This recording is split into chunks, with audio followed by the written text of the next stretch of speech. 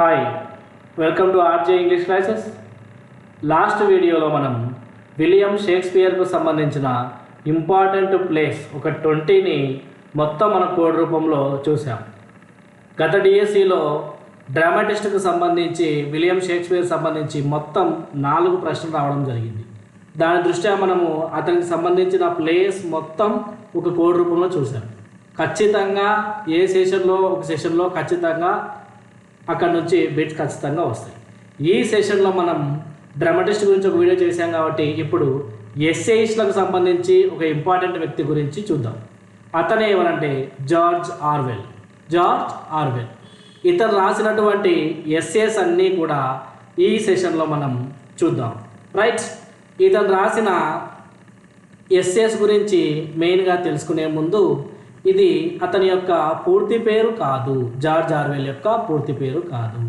ఏంటి అని అంటే ఇది అతని యొక్క పెన్ నేమ్. మరి అతని యొక్క పూర్తి నేమ్ ఏంటి అని అంటే ఎరిక్ ఆర్థర్ బ్లెయిర్.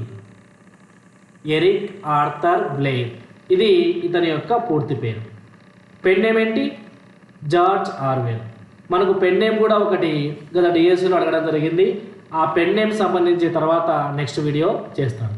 ముందుగా మన ఛానల్ మొదటగా చూసినట్లయితే అందరూ కూడా మన ఛానల్ను లైక్ చేయండి, షేర్ చేయండి, సబ్స్క్రైబ్ చేయడం మాత్రం మర్చిపోవద్దు.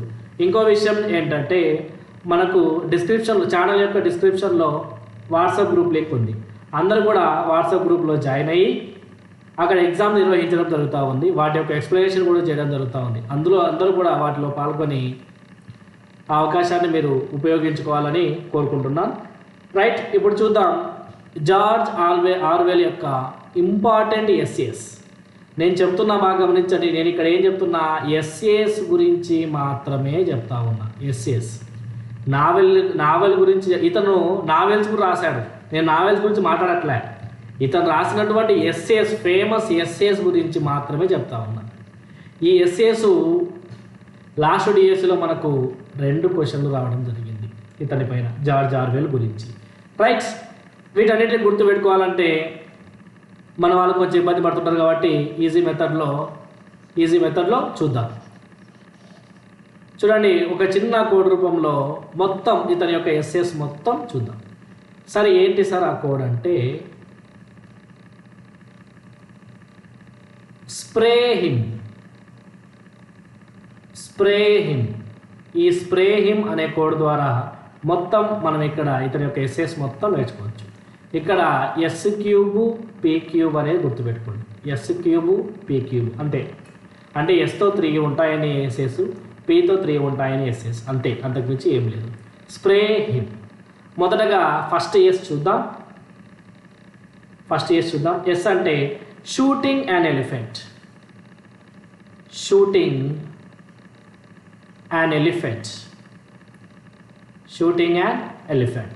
సెకండ్ ఎస్ చూద్దాం.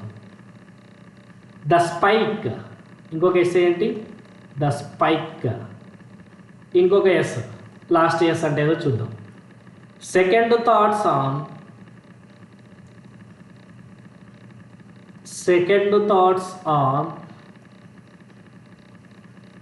జేమ్స్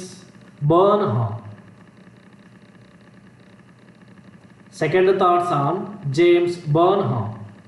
ఎస్ అయిపోయింది కదా. నెక్స్ట్ పీ చూద్దాం. పీలో మొత్తం ఎన్ని ఉంటాయి? పీ నేమ్తో 3 ఉంటాయి. ఫస్ట్ చూద్దాం. పాలిటిక్స్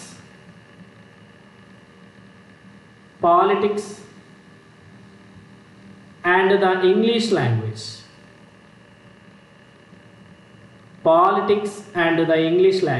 ఇది ఒక ఎస్సే. ఇంకొక పీ చూడండి.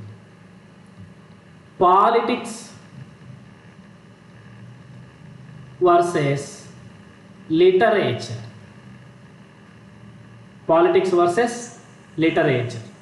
ఇంకొక పీ చూడండి. The prevention of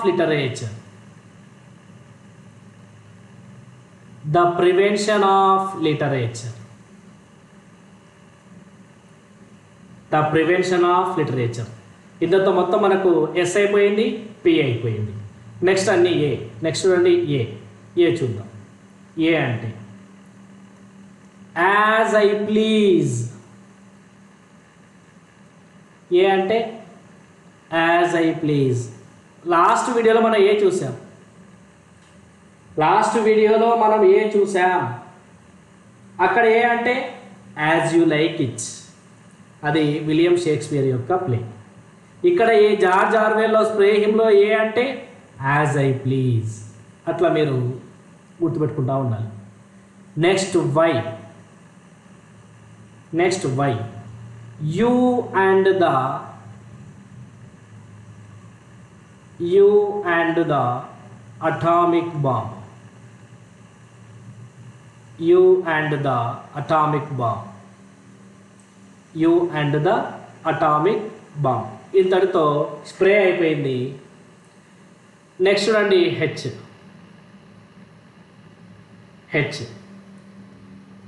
A hanging. హెచ్లో ఏ హ్యాంగింగ్. నెక్స్ట్ చూడండి ఐ.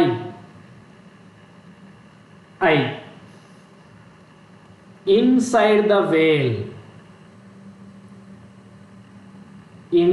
The whale. ఐ అంటే inside the whale. Next M ఉంది కదా, ఈ ఎమ్ముని ఏమనుకోకుండా కొంచెం రివర్స్ చేయండి. ఏమవుతుంది? డబ్ల్యూ అవుతుంది. ఏమవుతుంది? డబ్ల్యూ అంటే వై ఐ రైట్స్. ఇంతటితో మనకు ఏమైపోయినాయి? జార్జ్ ఆర్వెల్ యొక్క ఎస్సేస్ పూర్తి కావడం జరిగింది. ఇవి స్ప్రే హిమ్. ఈ స్ప్రే హిమ్లో మీరు గుర్తుపెట్టుకోవాల్సినవన్నీ ఇక్కడ మీకు ఎస్సేస్ మొత్తం ఇవ్వడం జరిగింది. జాగ్రత్తగా మీరు గుర్తుపెట్టుకోండి. రైట్. మనకు లాస్ట్ డిఎస్సిలో మనకు ఇక్కడ నుంచి 2 ప్రశ్నలు రావడం జరిగింది. 2 ప్రశ్నలు. ఒకటేమో politics and the English language.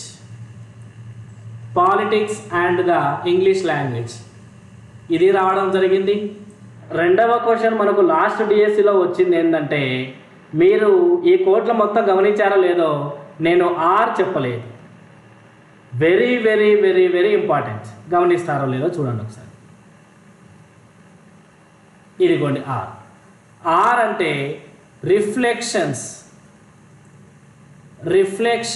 On Gandhi.